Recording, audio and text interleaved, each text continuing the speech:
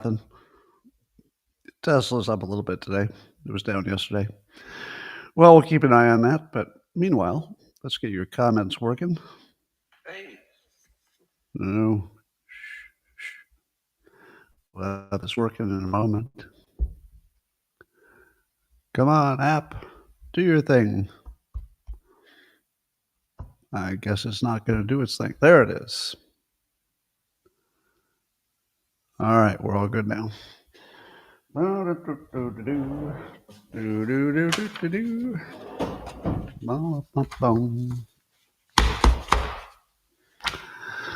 morning, everybody, and welcome to the highlight of human civilization. It's called Coffee with Scott Adams. You've never had a better time. But if you'd like to take your experience up to levels that nobody can even understand with their tiny, shiny human brains, all you need for that is a cup or a mug or a glass, a tank or chalice, a stein, a canteen, jug or flask, a vessel of any kind. Fill it with your favorite liquid. I like coffee. And join me now for the unparalleled pleasure, the dopamine end of the day. The thing makes everything better. It's called the simultaneous sip. It happens now.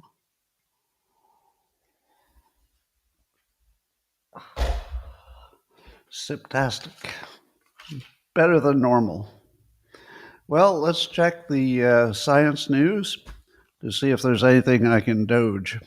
And by that I mean save them some money. Oh, yes. Let's see. The University of South Australia has determined that exercise of any kind can boost the brain power of people at any age.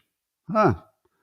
How could they have come up with that data without spending all the money? Is there anything they could have done that would save them all that time and effort? Yes. You could just ask Scott next time. Scott, is exercise good for your brain? Well, according to every single study that's ever been done on the topic, yes. We were thinking of doing a study on the topic. You don't have to.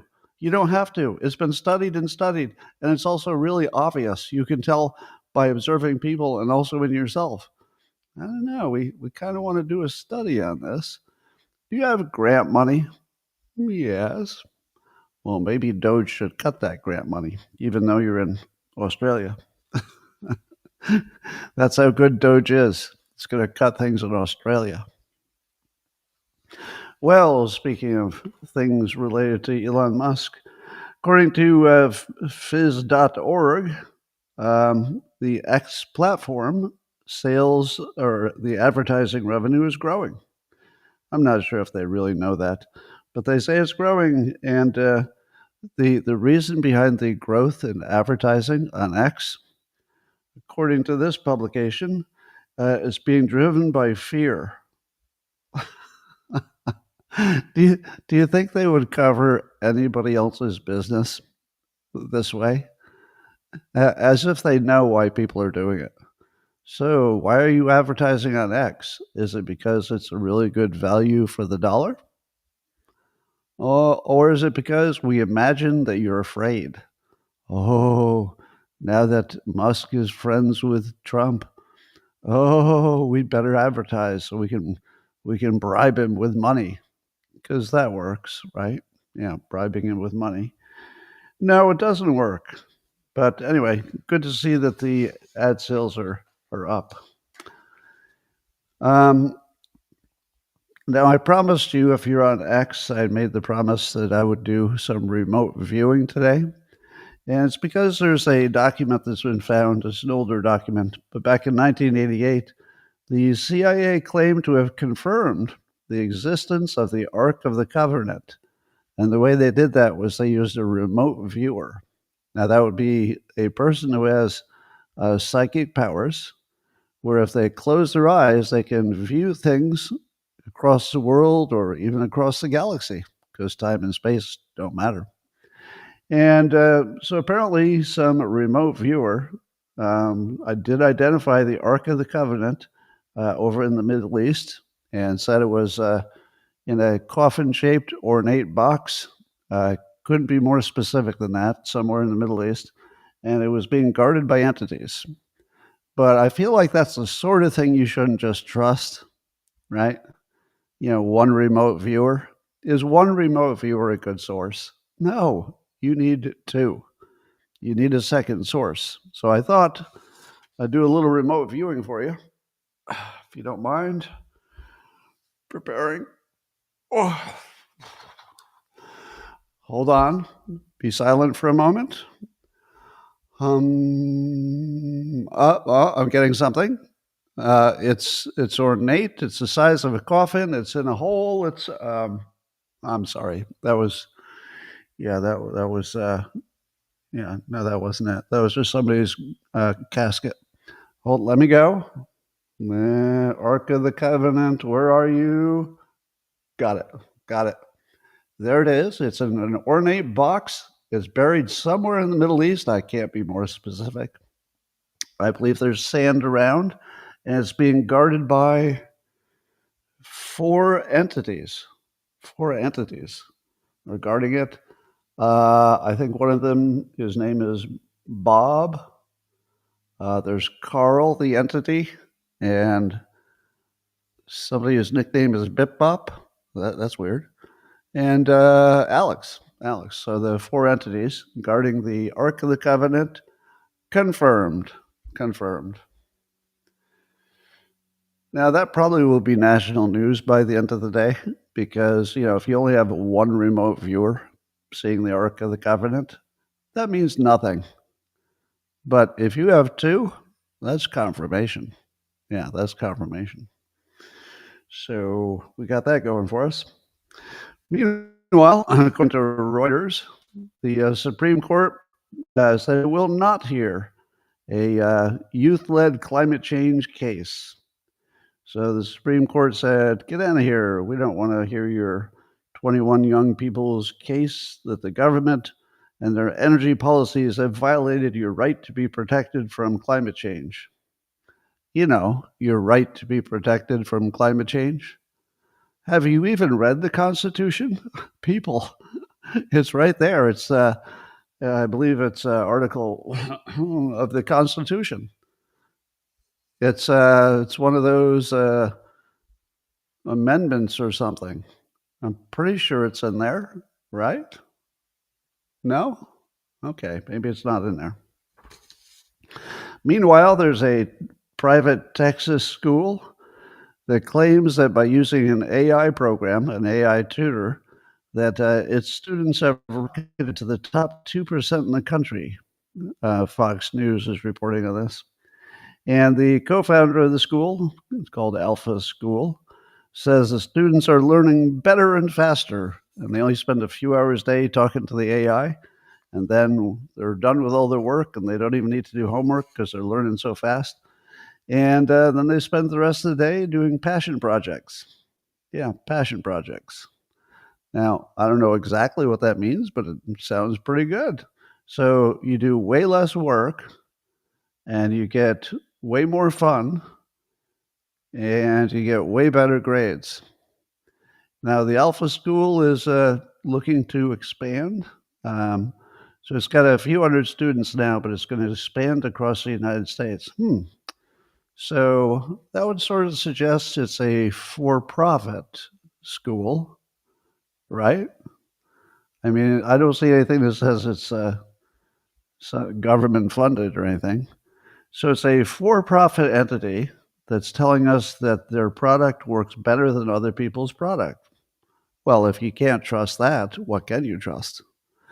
Now, as others have pointed out, if it's a private school and it's a for-profit, there's probably a little healthy tuition going on there.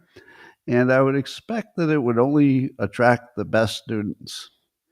Now, let me ask you this. If you put a top student in front of an AI that's really good at quizzing them, could they get done with all their necessary work in a few hours? I'd say yes, probably yes. If you take an average student or a not so good student and say, sit here alone with this AI until your homework's done in 3 hours, how's that going to go? I don't think that's going to work at all. So once again, I think we're going to learn that the people who have all the advantages, in this case, it would be the rich, smart people, probably can get like a huge advantage from using AI as part of their process. But I'm not so sure that AI is going to work for every kind of student. It might only work for the top students, and then everybody else has to figure it out. We'll see. But I have some questions about that. Well, Tom Homan gets another win. I guess they captured one of the top 3 MS-13 leaders in the United States. And this was a 24-year-old. So he was one of the top 3 MS-13 leaders in the country. He was running the entire East Coast operations. Now, the first thing that jumped out at me about this story is, wow, good work, Tom Homan, capturing a top leader of MS-13. The second thing that jumped out was he's only 24. Wow. The one thing about MS-13 they don't tell you is what a great economic opportunity it is, because there are just not that many jobs where you could be leading a major organization at the age of 24. So good for you, MS-13.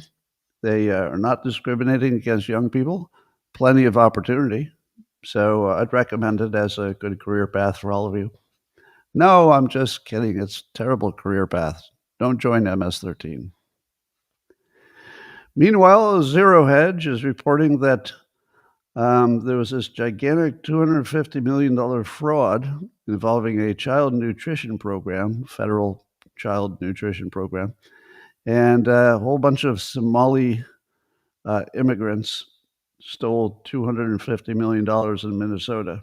Now, that was between March 2020 and January 2022. Now, how many times have we heard a story about gigantic amounts of money being stolen? I'm starting to, lose sort of the distinction between all the stories, but it does feel to me like quite a few billions of dollars are being stolen from taxpayers. And it's like the government never heard of anything like auditing or accounting or tracking your progress. How in the world did they get away with $250 million of essentially faking that there were children that didn't exist? How in the world? 2 years? $250 million? What if there were just like dozens or hundreds of these happening all over the country, in different ways, different people and stuff? I feel like that might be the case. Well, let's see what else is going on. According to Liberty Nation News, the Associated Press has a reporter who got caught doing some fake news, and they had to retract it. And the fake news was that a claim that Tulsi Gabbard had said that Trump and Putin were good friends. But it turns out she was talking about Prime Minister Modi and Trump, who are actually good friends. And so the Associated Press had to, correct their story because it was wrong. But the fun part of the story is that the reporter who wrote it, one of his prior jobs was he was part of the AP's first misinformation beat team, focusing on explaining falsehoods, propaganda, and conspiracy theories while exposing the creators of this material and their techniques for dissemination. How many times have the fake news people got onto the, hey, we'll check the fake news of the other people? Sometimes it's exactly what you'd expect. I have this theory that that shoe salesmen, if it's men who are selling shoes to women, that eventually it will be only men who have foot fetishes, because they would be most drawn to the field. and they would work longer hours cheaper because they were getting, an extra benefit from it. And it just seems to me that the organizations that are trying to fact check other organizations, probably they're filled with fake news people, because it just feels like that's what would be drawn to those jobs. Oh, so I can just call other people fake news? Yeah, that would be your job. All right, I'm in. Well, Trump is saying on True Social that it's time to defund NPR and PBS immediately. He says that they're both horrible and they're completely biased platforms, and they should be defunded by Congress immediately. He says Republicans don't miss this opportunity to rid our country of this giant scam, both being arms of the radical left Democrat Party. Just say no and make America great again. Well, related to this story, the NPR CEO, her name is Marr, last name is Marr, and she was being grilled by this guy, Brandon Gill. So Gill was doing some grilling. He's grilling Gill. And if you haven't seen the videos of it, it's highly recommended because of the attitude that he brought to it.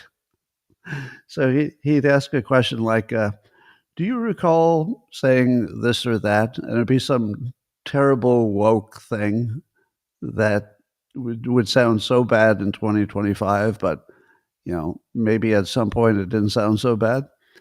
And then Mara would say, I never said that.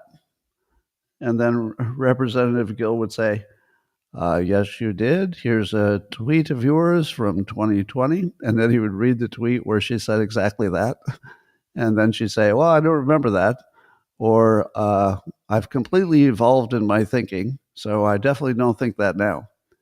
Now, if you only saw it happen once with, let's say, one claim or one tweet, it wouldn't be much, because people say crazy stuff. I say crazy things.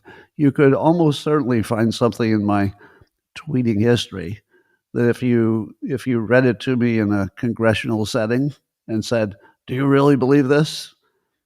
I might say, maybe I thought it at the time, but, not really, not now. But if you have a lot of them, it becomes quite a show.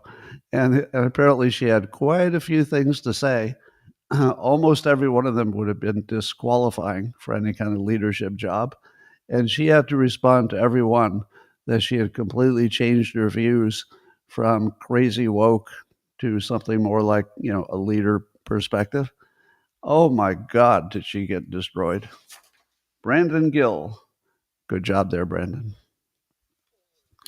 All right. Some of you have already seen this story, but I just had to weigh in. I guess on Joe Rogan's show, he had a doctor, Dr. Suzanne Humphreys, and they were talking about the real story of polio. Now, before I tell you what the claim is, let me say that I don't know how to judge this. There was a time when if I had heard there's somebody saying that the polio vaccine actually doesn't do anything, and the polio, the claim, let me tell you the claim. The claim is that the polio vaccine didn't stop any polio at all. What did stop polio is nothing. Nothing stopped it at all. And that all they did was redefine certain conditions as no longer being polio. So they came up with new names for stuff. So then when somebody had something that used to be called polio, but they had been vaccinated, the doctor would say, well, it can't be polio because you've been vaccinated. So it looks like you got this Guillain-Barré thing, or you've got this Coxsackie virus, or an echo virus. I don't know what a Coxsackie virus is, but that sounds like a bad one. What kind of virus did you get? I got that Coxsackie virus. It's spelled COXSACKIE virus, all one word. It just sounds like a Coxsackie virus. which is absolutely the worst kind you can get. Or the doctors would chalk it up to now. This is the claim of Dr. Suzanne Humphreys. These are not my claims. Lead poisoning or mercury poisoning. So they'd always have some answer to it. And then the doctor says the rise of polio, or what seemed to be the rise of polio, was directly mirrored the use of toxic pesticides like DDT, she says. And she says the countries that still make DDT today is where we're still seeing the polio happen. So let me say what I think a number of others of you have said or are thinking right now. Let me see if I can read your mind. All right, I'm going to read your mind. I've already done remote viewing. Reading your mind, and you're saying, got it. What you're saying is, there was a time you would not have believed this story, right? This is not that time. This is a time where I look at this.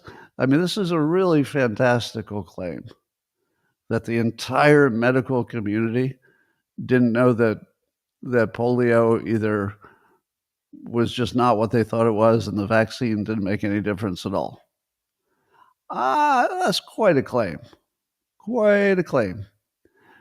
But in 2025, to steal a joke from Joe Rogan, I'm not so sure the moon landing was real. And by the way, I'm not so sure the moon landing was real. Like I've actually been flipped. Even maybe a month ago, I was holding tough. It's like, come on. Of course the moon landing's real. I mean, you can see the assets up there. You can see, people can still see that some of the assets are down there on the moon surface. How could it not be real? And then I thought, well, maybe the pictures aren't real. I mean, maybe they landed something on the moon, but are the pictures real? Maybe they couldn't get good film on the moon or get it quickly.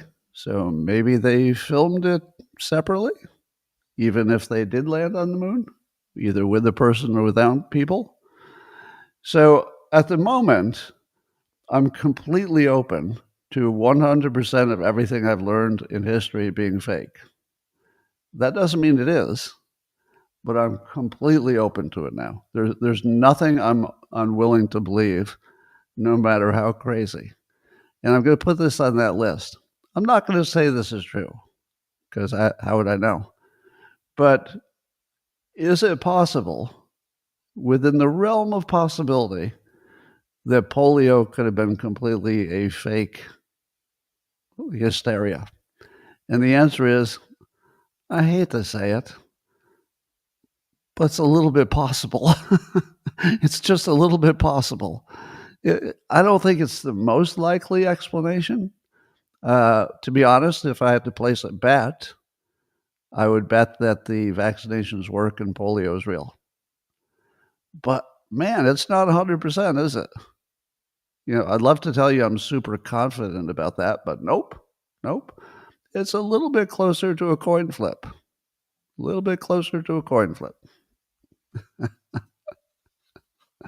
I see your comments and I'm just chuckling to myself. One of you is trying to get me kicked off of all social media platforms forever. I'm not going to take the bait. Well, according to Kash Patel, Trump has this brilliant plan where he either has or is going to file a lawsuit against all the people involved in the Russia collusion hoax. Now, it would be a lawsuit as opposed to a criminal action. And he would be suing for, financial compensation. Now, the financial part probably doesn't matter to him that much, but it's a RICO lawsuit. I didn't know you could RICO in a lawsuit, but maybe it's the essence of RICO as opposed to RICO. And what Kash Patel is pointing out is that it could lead to the possibility of criminal charges. So, in other words, if the lawsuit had some discovery involved or some, let's say it tied together a bunch of things that nobody tied together before, it could create the basis for a criminal prosecution on the same grounds that it was organized, funded, and it was an operation that involved a vast number of people, from lawyers and a certain firm to Hillary Clinton's campaign to the FBI to the Department of Justice. I don't know who else. The media, maybe the media. So, and then as Kash Patel points out, I guess he was talking to Charlie Kirk on the podcast, um, that the RICO part of it, the part where everything's connected and it's not one person who just did a thing, it's a whole bunch of people who apparently knew what the other people were doing and seemed to be coordinated. He says that the Durham report and other, I guess, legal actions have essentially proven the main points that the lawsuit would try to establish, which is it was fake. We know who the people involved were, and we know pretty much that they communicated. But maybe that's the extra stuff they have to add to it to, get some testimonies and stuff like that. So that is really interesting as a legal strategy, and I'm all in for that. We should absolutely know if our government was real or we were just run by a bunch of hoaxes and RICO and some deep state stuff. I don't know. Well, in other news, Representative Thomas Massey, he's introducing a bill, the Dual Loyalty Disclosure Act. So if somebody is a candidate for office, for federal office, this is, they would have to disclose all the countries in which they are citizens. Now, you're probably saying to yourself, that seems unnecessary because everybody knows who's a dual citizen, right? I mean, it would be easy to check. And if somebody had dual citizenship and they were in Congress, you'd know about it, right? Apparently, there's no reporting requirement, and there's no place you can look it up. So we could have dozens of people in Congress who are actually citizens of other countries at the same time they're citizens of the United States, and we wouldn't even know it. Now, I know what you're going to say. Israel, right? Say it. You know that's what you want to say. You want to say there are members of Congress who are secretly also dual citizens of Israel. Well, according to my limited research, there's no known case of that. So if you have different information than I do, let me know. But to the best of my, very quick analysis, there's no example of that. There doesn't seem to be, as far as anybody knows, any member of Congress who's a dual citizen. Now, that actually surprised me. I thought there'd be one or two. And I don't think there's anybody else who hasn't, at this point, renounced their dual citizenship. So there were a few that were not related to Israel, where people were challenged. I think Ted Cruz was one. Ted Cruz had Canadian citizenship as well as American, and I believe he renounced the Canadian part as soon as it became an issue. And I think there were a few other candidates or a few other politicians who were in the same situation. They weren't really, they weren't really wed to the other country, so they just renounced it and fixed it. But I guess I approve of this. I don't think it'll make much difference in the real world, but it'd be good to know. All right, let's talk about Signalgate. Believe it or not, I think I can add something to the story. It's a boring story, and that's the biggest part of the story is that it's too boring for the public to get interested in. Imagine if you didn't follow the news like we do, like obsessively trying to figure stuff out all day long. And you heard about, they use the Signal app. Like, you wouldn't even know, like, why is that bad or anything like that. So Here's something that CIA Director Ratcliffe said in a statement, and he was dumping on the reporter who wrote about it, Jeffrey Goldberg. He's the one who was added to the Signal group. Um, we don't know exactly how he was added yet, but it wasn't by Ratcliffe. And anyway, so CIA Director Ratcliffe said, yesterday I spent 4 hours answering questions from senators as a result of that article intimating that I transmitted classified information. Now, I didn't know that. I didn't know that Goldberg suggested that maybe Ratcliffe had transmitted classified information, because we didn't see any example of that. So I didn't know that was being even suggested. And then Ratcliffe says those messages were revealed today. I did not transmit classified information. I guess we can now just look at the messages and see he's right. He said the reporter, Goldberg, who I don't know, intentionally intended it to indicate that. The reporter also indicated I released the name of an undercover CIA operative. In fact, I released the name of my own chief of staff who is not operating undercover, and that was deliberately false and misleading. Okay, that's pretty bad. Imagine being accused, you're the head of the CIA. Imagine being accused of releasing the name of an undercover CIA agent and then finding out literally nothing like that happened. It was just made up, apparently.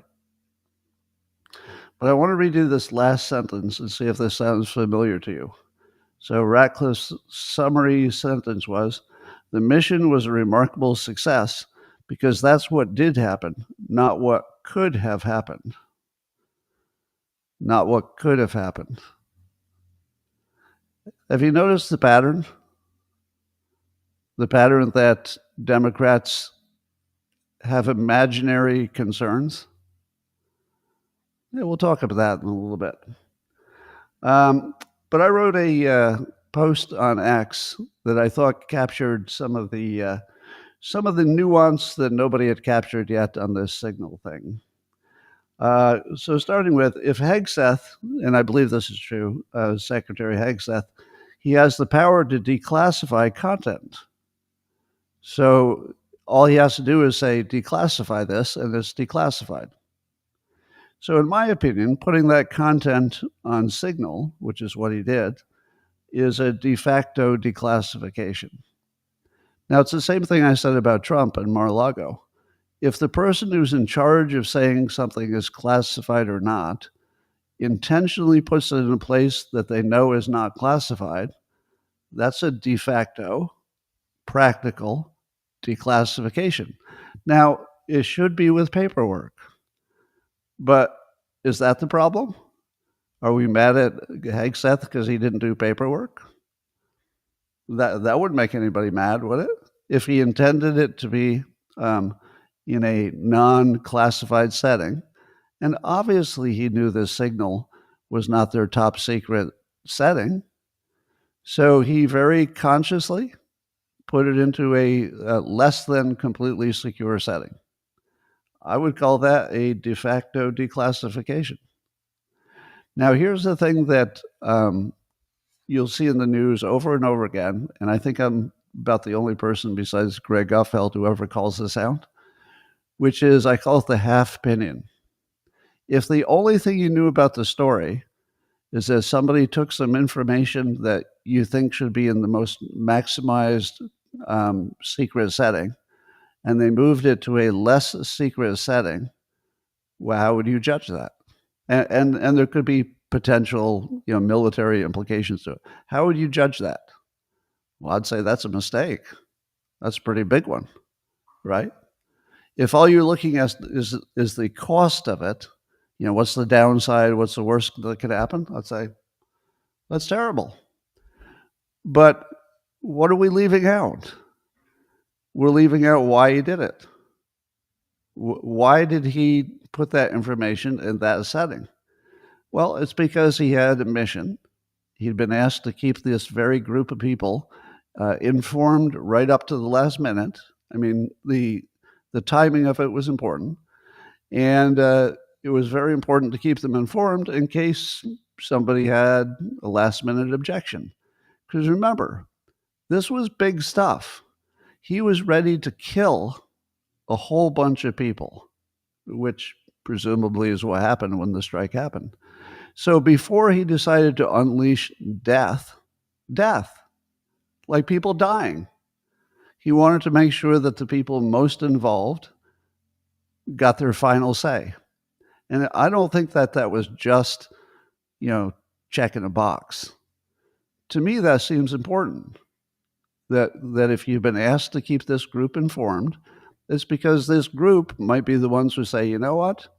Hold on. I have such an objection, or I found out something new, or maybe there's something we haven't considered. Maybe they would have delayed it. And that could have been really important, right? So if you were to judge it as, did he take something into a less secure platform? Yes. By itself, that would look like a mistake.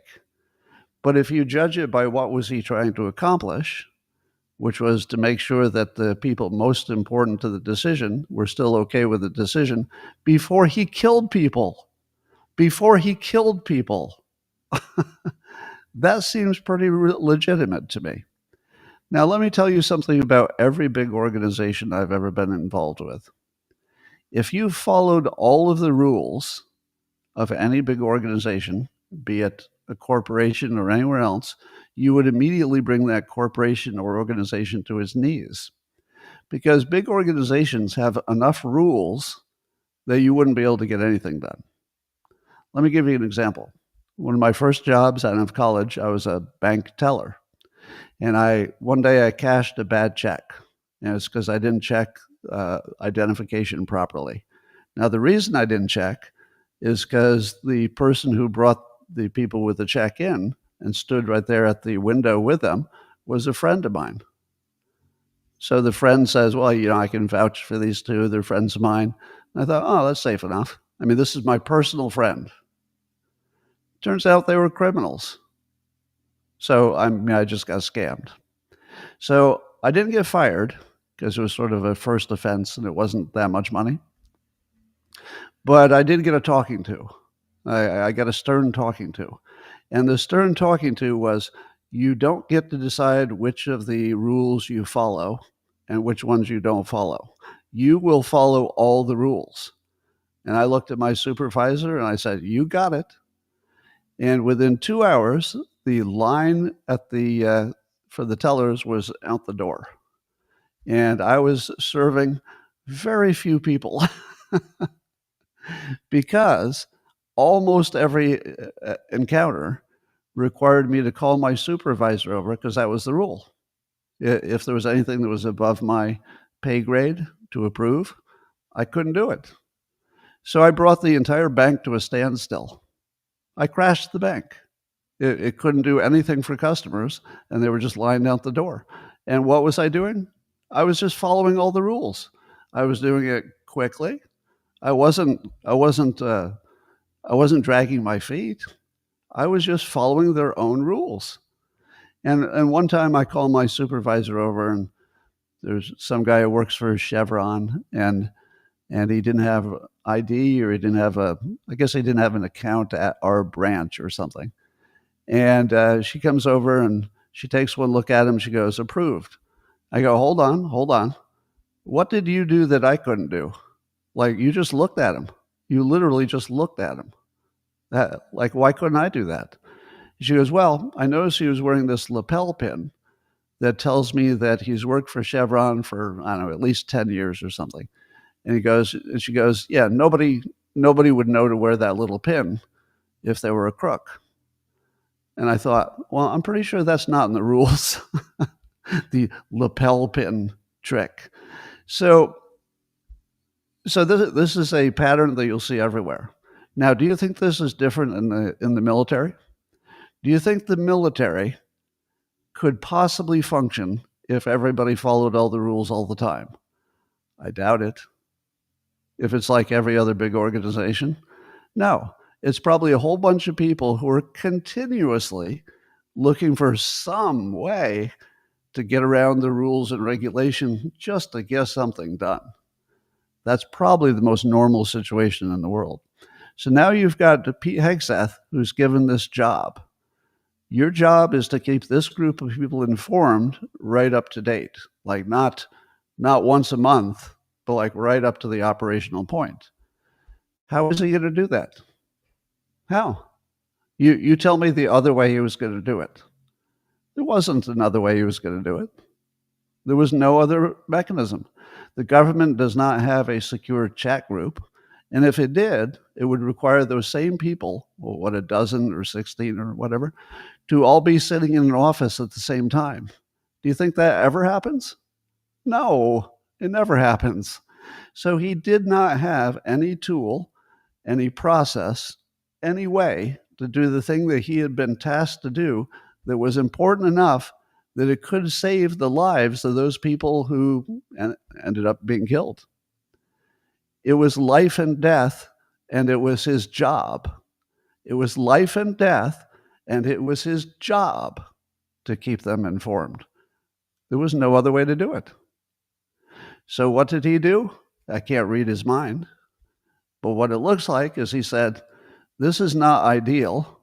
Again, I'm just guessing. This is not ideal to put this on Signal, but it's only 2 hours between now and the time of the attack, and it's important that we've got everybody on board. I mean, that's just critically important. So he took a little bit of a risk, like everybody does in every big organization if they're trying to work within the rules, and he got a little bit of a benefit, which is he did what he was asked to do before he killed people. Before he killed people. I mean, I feel like we're forgetting, we've somehow forgotten the humanity of it. This was life and death. And you do want to make sure everybody's on the right page before the missiles fly. So telling them exactly when the thing was going to happen is very critical, completely appropriate to do you have a final objection. Very important, because if there's 2 hours, maybe you say no. If it were a day, maybe you'd say yes. Now, here's the question you're wondering. What was the risk level of putting something on a Signal? Well, here's your other real-world reveal. I don't believe the Houthis have a sophisticated hacking operation. Do you? Do you think the Houthis had penetrated the phones of the United States government? Do you think the Houthis had a backdoor to Signal? I'm going to say no. But before you say it, I know what you're thinking. You're thinking, Scott, it doesn't have to be the Houthis. It could have been the Russians, and then they tipped them off. Could have been China, and then they tipped off the Houthis. Could have been Iran. Iran has sophisticated hackers. Could have been Iran, and then they would, Iran is on their side, so they tip off the Houthis. But let me give you a little real-world context.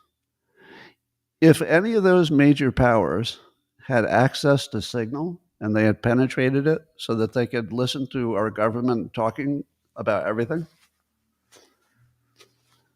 they would have risked losing that access by tipping off the Houthis, because we probably would have noticed if the Houthis in 2 hours kind of quickly adjusted their defensive positions, because, we'd be watching them by then, right? We'd have the satellites on, we'd have the drones flying over.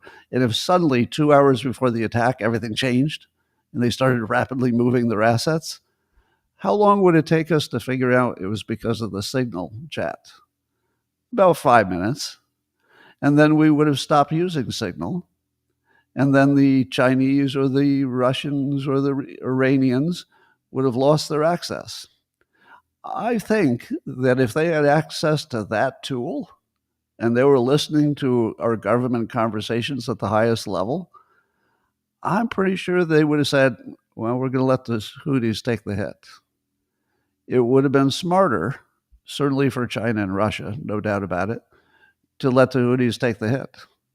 Even if they thought they'd like to screw the United States, they wouldn't lose their own access to something that important. Now, what about Iran? I would go so far as to say that even Iran would let the Houthis take a hit before they would give up a source that important. Now, who else told you that? Nobody, right? So, yeah, once you see how weak the analysis was of this whole situation, it's shocking. Um, the next thing is that Democrats have conflated what could have happened with what did happen. Now that's what Ratcliffe said. He said the exact same thing, right?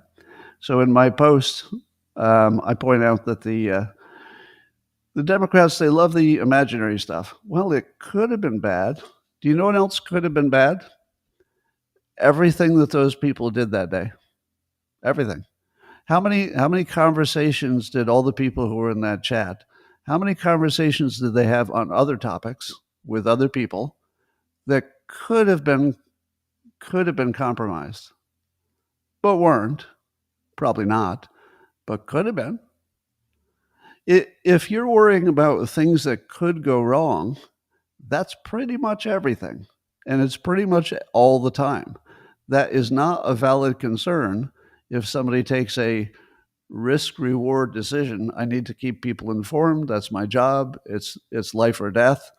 It's a little bit less secure, but it's only 2 hours before the strike. It's pretty unlikely that any notice is going to get to them in 2 hours.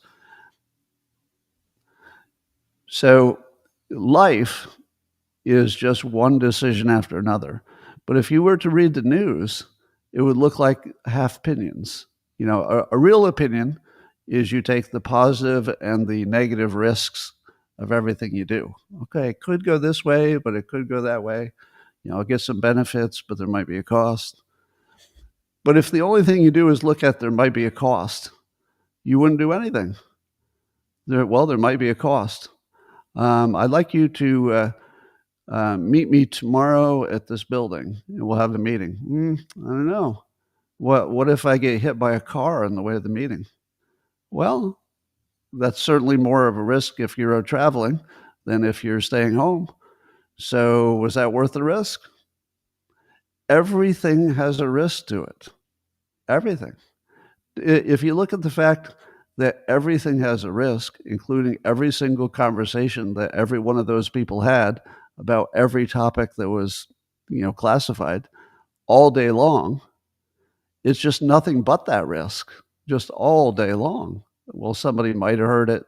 Somebody might be bugging this room. Somebody might be a mole. That's universal. Anyway, so here's the second question. People have been asking me, hey, was this whole Signal thing some kind of an op? Was it a setup from the start? My first impression was, well, I don't see how it would be. My current impression is, yeah, it looks like it. I'm not at the point where I'm willing to say it was an op, but it looks like it. So here's what we know. This is according to a X account called The Researcher. So something called American Oversight. So that this is another one of those, how the NGOs all have these generic names? And when you hear one of these generic names, it's some damn Democrat op. So American Oversight is suing Hegseth, Gabbard, and Ratcliffe, etc., saying that their messaging on Signal is a violation of the Federal Records Act. Who do you think is on this American Oversight group? Well, apparently it's David Brock and Norm Eisen. Remember I tell you that if you know what happened, you don't know anything. You have to know who. If the only thing you knew was that they were getting sued over a Federal Records Act, you might say to yourself, oh, well, I guess somebody in the government takes that pretty seriously. But it's not that. It's the most devious, weasel-like, despicable, lying pieces of shit that you've ever seen in your life. Norm Eisen and David Brock. Now, if you don't know about those two guys, do a little research. They are not associated with good acts whatsoever. They are associated with the darkest, weaselly, just terrible, terrible activities. And so sure enough, they're behind that, and they seem to be ready to go pretty quickly, surprisingly. And then they used to have a subgroup of this American oversight called CREW, CREW. And according to the researcher, that was the lawfare arm of their effort to target Trump originally. So there was a subset of people, probably lawyer-like people, who would do the lawfare going after Trump. Now, why is that important? Well, there was a member of that group named Alex Wong, who is being accused of being the staffer for Ratcliffe, who added the journalist, who added Jeffrey Goldberg. So, and then on top of that, the judge who's been selected for this, who was randomly selected, totally randomly, is somebody named Judge Boasberg. Have you heard of him? Again, if you knew what was happening, you wouldn't know anything. If you knew who, you might know everything. So Boasberg, he's the activist judge who was blocking Trump from deporting violent gang members. He's the one who intentionally delayed the release of Hillary Clinton's email until after the 2016 election. He's considered an activist, anti-Trump judge. So, pulling it all together, it does look like an op, because none of us would really believe that Ratcliffe's chief of staff, if that's what he was, Alex Wong. Now, by the way, this is not confirmed that Alex Wong is the person who did it. That's just an accusation. But at the moment, since we know that Ratcliffe did not have any contact with, would not have had Goldberg's number on his own phone, and that a staffer was involved and almost certainly was the reason that Goldberg got added. And then you add to it, of all the people in the world, adding Goldberg was the most dangerous thing you could do. So of all the people in the world, just that one guy gets added. And of all the people in the world, David Brock and Norm Eisen had a lawsuit that seemed like it was practically ready to go. And of all the people in the world who are randomly selected to be the judge, it's this Boasberg guy. That is a lot of coincidences, my friend. Now, again, if you didn't know the players, and you didn't know that the Alex Wong was actually part of the organization that is now suing them, it wouldn't look like it was necessarily a plot. But as soon as you know who the players are, it just screams. It just screams like it's a RICO plot. Anyway, so now that we know that the big problem was the imaginary concern of what could have happened but didn't happen, I've suggested that Trump should create a Department of Imaginary Concerns, and it would be only to handle Democrat complaints. And the new department could have imaginary policies to combat the imaginary concerns. So you would place things like climate change in there. Climate change, at least the crisis part of the climate change. You put the Russia collusion thing in there. You put the Houthis could have found out by hacking Signal in there. You put Trump might steal your democracy in the imaginary concerns department. That Musk might steal our social security numbers. That you put that right in the Department of Imaginary Concerns. And that there might be a constitutional crisis. Yep, that's the Department of Imaginary Concerns. Now, I'm not completely serious about this, but just think how funny it would be if every time one of these hoaxes comes up and Trump is asked about it, he says, "Oh, I've delegated that to the Department of Imaginary Concerns." But are you trying to steal our democracy? That's a perfectly good question. So I've delegated that to the Department of Imaginary Concerns. Did you agree with Putin to have sex with him if he stops the fighting? Well, no, but I'm gonna assign that to the Department of Imaginary Concerns, and we'll come up with an imaginary policy to make sure it doesn't happen again. So Byron York had some funny comments about Politico. So Politico had a statement in it that said, there's no administration in the world beyond this one where a blunder of these proportions. By the way, I've never met any Republican who thinks that this blunder is of great proportion. It's just the news telling you that you should be concerned about it. But I'm not. Where a blunder of these proportions happens and nobody resigns, not in London, not in Moscow, not in Tokyo, not in Pyongyang, nowhere. And then Byron York points out on the Signal matter that Political Playbook makes a statement with great confidence, but maybe not much perspective. And then he includes a photo of the botched Afghanistan withdrawal, which nobody resigned over. Nope. One of the most embarrassing, incompetent things that ever happened in our country, a stain on our history. Nobody resigned. So Politico, apparently that's something we do in this country.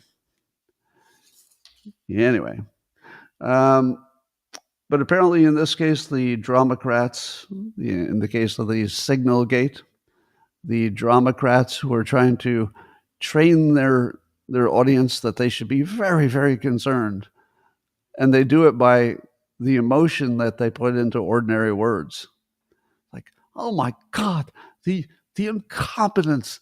I am aghast. I'm simply shocked. There's no country in the world from Moscow to Pyongyang who would ever make such a mistake. And people who have lived in the real world say, yeah, well, unless it was impossible to get ordinary work done without bending a rule or two, which is a universal truth.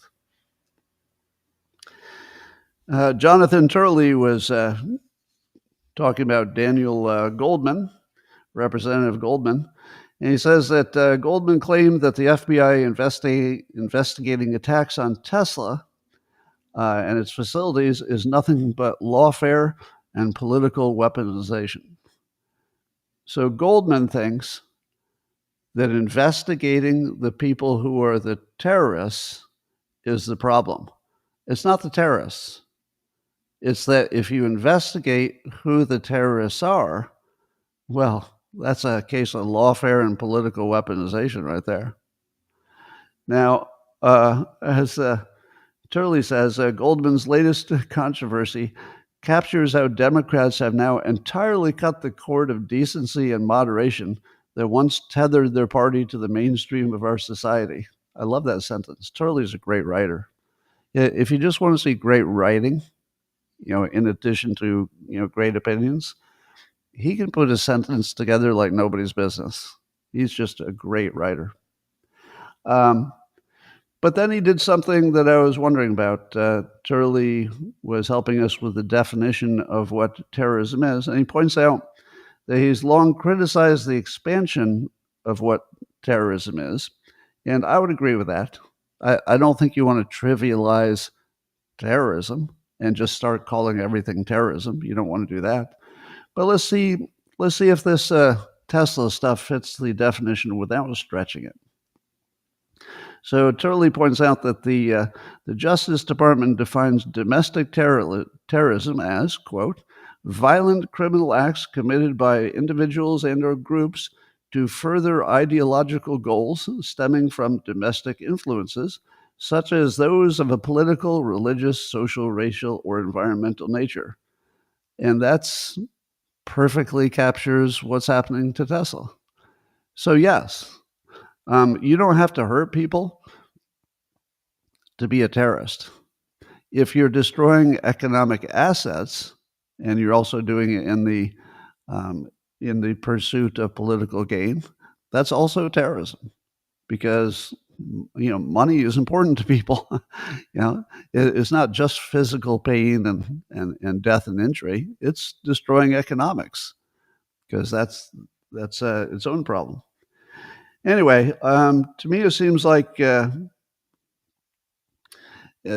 Probably the funniest thing that will happen this year is the Trump administration, without even trying, getting prominent Democrats to support domestic terrorism. How would you like to be running for president in the next election? Can you imagine J.D. Vance running against one of these clowns who is not disowning the terrorism? Imagine if he ran against Goldman. Well, Dan, it seems to me that you've been supporting domestic terrorism in this country, and I think the voters should know that if they vote for you, they're voting for a domestic terrorist, according to the definition of those terms. It feels like it'd be the easiest thing in the world to be almost any prominent Democrat at this point. They've literally supported terrorism. I think Ro Khanna and maybe one other person have said, right up front and right loudly, and I respect it. Yeah, that the violence, that's just got to end. The Tesla stuff, nope, don't do that. That's bad. So, but only a few. Is it even more than two at this point? In the entire Democrat Party, was it just two people who were willing to say that domestic terrorism is a bad idea? And the problem is that the Democrats have unleashed domestic terrorism a number of times. If you count Antifa and Black Lives Matter and now this, it's definitely a pattern. Anyway, if you haven't seen Ezra Klein on Gavin Newsom's podcast, I highly recommend it, because Ezra's book, Abundance, with Derek Thompson, I guess, is getting a lot of attention. And, my first take on it, when I just had AI summarize it for me, was, wait a minute, all they're doing is promoting Republican policy, such as don't waste the money, build things in this country, be practical, get some actual wins, ordinary stuff. And so I wasn't that impressed with it, because it just seemed to be telling Democrats to be Republicans, which was funny in its own way. But the more I hear him, because I've listened, he's very interesting. So the more I've listened to him on various podcasts, he's going hard at the Democrats. He's not taking prisoners. And it's exactly what they needed. So if you're asking yourself, what's the solution? Well, I don't know if it's this, but it's something like this. And so he sat with Gavin Newsom, and I'll just give you the top level summary. It's just worth watching. And he starts describing how Democrats operate, which is getting large funding for things and then building nothing. And he's just making Newsom squirm. And then Newsom has to talk. But one of the things that Newsom does, because he's clever but weaselly at the same time, Newsom will agree with whatever your criticism is, but then he's got lots of reasons why, it's not as bad as you think, or everything will be fine, or, so he's got this pattern where he first agrees, but then he talks for a while, and then he makes his own point, which is disagreeing, basically. You have to watch Newsom being triggered into full word salad that didn't look like it had an end. He was full Kamala Harris. Big word, jargon, big word, and big word. And it just went on and on. And he was just dying in front of the camera, and I'm not even sure he knew it. So he had to throw in some weird hand motions like this. I don't know. We don't know why he does that. But he was just destroyed right on camera. And, we've seen Bannon, we've seen Charlie Kirk and stuff talking to Gavin, and they would have their own criticisms. And so you've seen Gavin handle criticisms, and, I'll give him credit. He does interact with people who are willing to criticize. So I'll give him credit for that. But I've never seen anybody destroy him. Ezra just destroyed him. It's really fun to watch. You're gonna have to watch it. Anyway, Laura Loomer apparently has a lawsuit against Bill Maher because Bill Maher on his show inferred that she was having an affair with Trump because, I don't know, she traveled on the jet or something. And so Laura Loomer's suing him. And apparently a judge refused to throw it out, so it's going forward. And now Bill Maher will have to sit and answer questions about why he did that. I don't know if she can win this. I'll defer to the lawyers. Implied, not inferred. Okay, I'll take that. He implied it, not inferred it. Because you would have to prove that he knew he was lying. So wouldn't a perfect defense be, it sure looked like it to me? Wouldn't that be the entire defense? Or would he go with, it's a humor show, nobody should take it too seriously, it's meant for comedic value, so it's not serious? I don't know. I remember seeing it live and saying to myself, whoa, that's too far. Did anybody see it live when Maher made that accusation or implied it? To me, it looked too far because that was definitely not in evidence. And Trump has traveled with, thousands and thousands of people on his plane, some male, some female. Yeah, I mean, to me, it looked too far. And we'll see. We'll see what happens. I don't think she can win because I think he just has to say his state of mind was that he believed it was true. I think that's all it takes, but I don't know. Meanwhile, Rasmussen said Democratic approval of the party is 26%. That would be a new low. I think it might drop into the teens, actually, by the end of the year. It's possible that Democrat approval or popularity will be in the high teens. Now, I think Congress's approval, generally speaking, has been in the high teens before, so it's not impossible. And I don't think anybody would have seen it go to 26%. But if it's going to 26%, it's in free fall. Now, I know that last 20% are going to hold tight, but I think it's just going to get worse, right? One more day of Jasmine Crockett should make pretty much all the Democrats change sides at that point. Meanwhile, RFK Jr. is trying to ban big pharma ads on TV. And I think most of you know that the reason that big pharma advertises is not so that they can get the patients to ask their doctor for the drug, but rather it's so that it's so that the news entity will not say bad things about big pharma. So it's essentially a way to bribe the news industry to stay away from their stories. That's the claim. But the other thing that the big pharma ads do, and this is my hypnotist take on it, so you haven't heard this one. If I watch a big pharma commercial on a news program, it'll start with, oh, you got this problem, here's this drug that helps it. But eventually, I guess for legal reasons, they have to tell you all the side effects. And man, when they start with the side effects, it just kills me. If I can't find the remote to turn off the TV, I'll have to put a boot through it because the damage that it's doing to my brain, it starts out with, and be careful, your penis will fall off, your hair will catch on fire, your throat will close, and you'll be bleeding blood from your ass for the rest of your life. You will probably get amnesia, rheumatoid arthritis, your heart will turn into a lump of coal, your blood will coagulate into a kind of a mayonnaise. You will be begging for life and probably rolling around on the floor in pain for the rest of your existence, which might not last very long.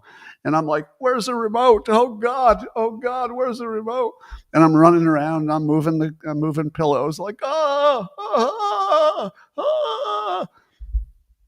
because you can't have that much negativity just drilled into your head even casually. And and by the way, I'm only barely exaggerating how much impact it has on me. I can feel it. I mean, I just feel it. And I'm convinced that Big Pharma is destroying the business model of the news. Now, because they're the biggest advertiser, of course the news will say yes. But if you run this biggest advertiser over and over again, and the old people just keep hearing all these horrible things that are going to happen to them if they take this drug, eventually, and this is the hypnotist filter, eventually it should be like Pavlov's dog, except instead of giving you a treat that will make you salivate the next time the scientist comes in the room, it should make you, if you turn on the TV and you see news, it should make you think, oh shit, even before the commercial. Like if you're just flipping through the channels and Jake Tapper comes on, the first thing you might think is, my penis will fall off. I'm going to bleed through my ass. No, no, no. And just flip to anything else. So I think over time, Big Pharma destroys the business model of the news. It should. Oh, Canada. So there's a story, Post Millennial has a story about their conservative, I guess the conservative leader, what's his name, Mark Carney. Is he prime minister now? Or is he just, I'm so confused about the Canadian system. But anyway, so Mark Carney apparently used to be Justin Trudeau's economic advisor. While he was the economic advisor to Justin Trudeau, he went to China and he negotiated to get a $276 million loan for his own business. So it wasn't even for the government. It was for his own business. Now, it's not illegal to, have your own business and be an economic advisor, I guess. But wouldn't you like to know if any strings were attached to that loan? Do you think China was trying to influence Canada? I don't know. That's a tough one to explain. So he's got some explaining to do on that. But wow. Meanwhile, Vladimir Zelensky says that Putin is going to die soon because he's got all kinds of medical problems, and that should change everything. He literally says he will die soon. I believe we've been hearing that for 5 years. For how long have we been hearing Putin's going to die any minute? I don't know. Maybe Zelensky knows something we don't, but I wouldn't count on that. I don't think I'd make any policy on it. Now, let me tell you the least surprising news of the day. People, you're never going to believe this, I say jokingly. This is the most predictable news that you've ever heard. Russia and Ukraine have accused each other of breaking the terms of a ceasefire on their energy infrastructure. All right. I told you that's exactly what's going to happen, right? I told you, how could you have a ceasefire on your energy infrastructure when both sides are going to say the other one violated it, and then they're just going to keep shooting? And that's exactly what happened, apparently. Now, I don't know if both sides did violate it. The prediction is not that they would violate it, but they would definitely claim the other side violated it, and then they would act accordingly, which is what's happening. How in the world do you ever reach a peace deal with the two most lyingest countries in the world? I mean, Ukraine is the least reliable, honest country that isn't Russia.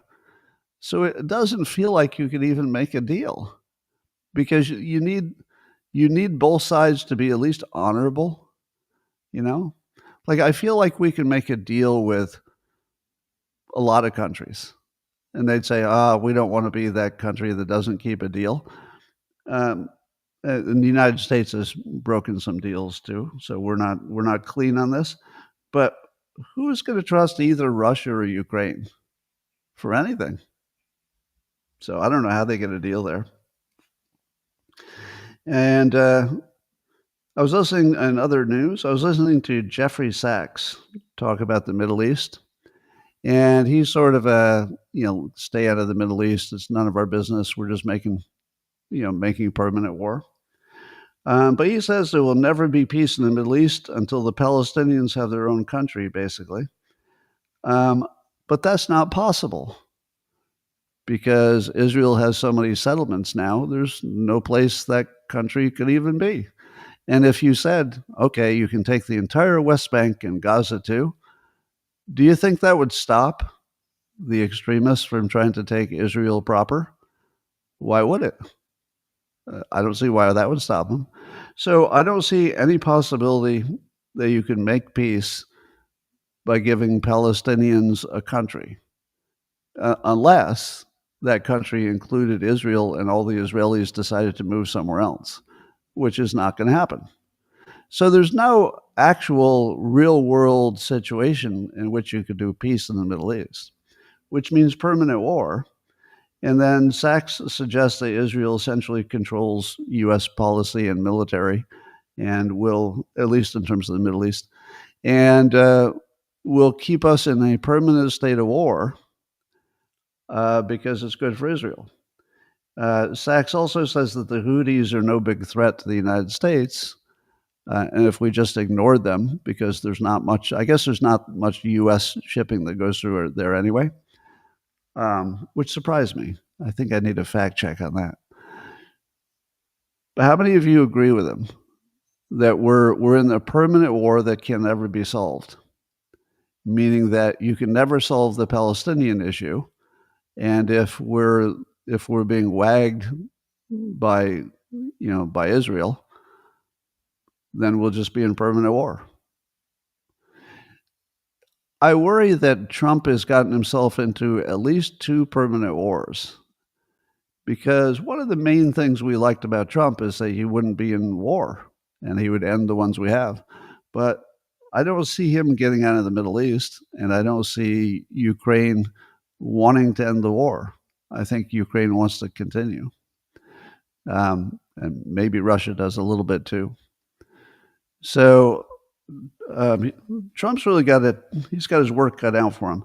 Now, my own opinion is, I've told you before, my own opinion is that when countries pursue their own best interest and they have the power to do it, of course they're going to do it. So if the Palestinians had all the power, it would be really, really bad for Israel. Right now, Israel has most of the power, and the Palestinians don't like it at all. But there's no way that you solve that, because they can't both have all the power. It's going to be somebody has the power. So it's pretty much a win-lose situation over there. Unsolvable, in my opinion. So I saw Zion Lights had a post about how France's power grid last year was 95% fossil-free.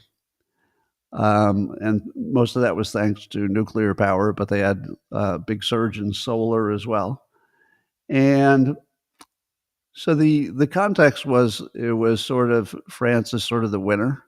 They're the smart ones because they got rid of their fossil fuels and they still powered their nation, and they're great on nuclear.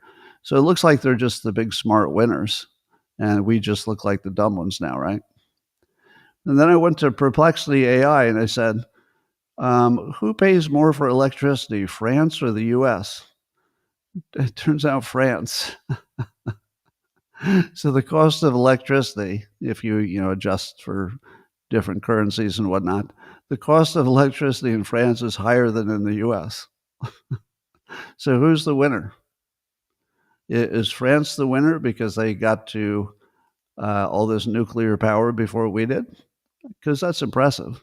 I do give them a lot of credit for being so successfully in nuclear. But if our energy costs less than in France, and most of the CO2, if that's what you're worried about, if most of the CO2 is still coming out of China and India, did it make any difference whatsoever that France had all these green sources of energy? And the answer is, I don't know. To me, it looks like they didn't win. Winning would be they pay less for electricity, and they've done what they can to save the world, but they can't do everything. But at least their own electricity doesn't cost much now. If they were paying less for electricity than the United States, and by the way, I'll take a fact check on this because I got it from Perplexity AI, and we shouldn't fully trust the AIs to be accurate yet. I'd say the U.S. is the winner, right? Because the CO2 in the world in general would be the same no matter what either the U.S. or France did.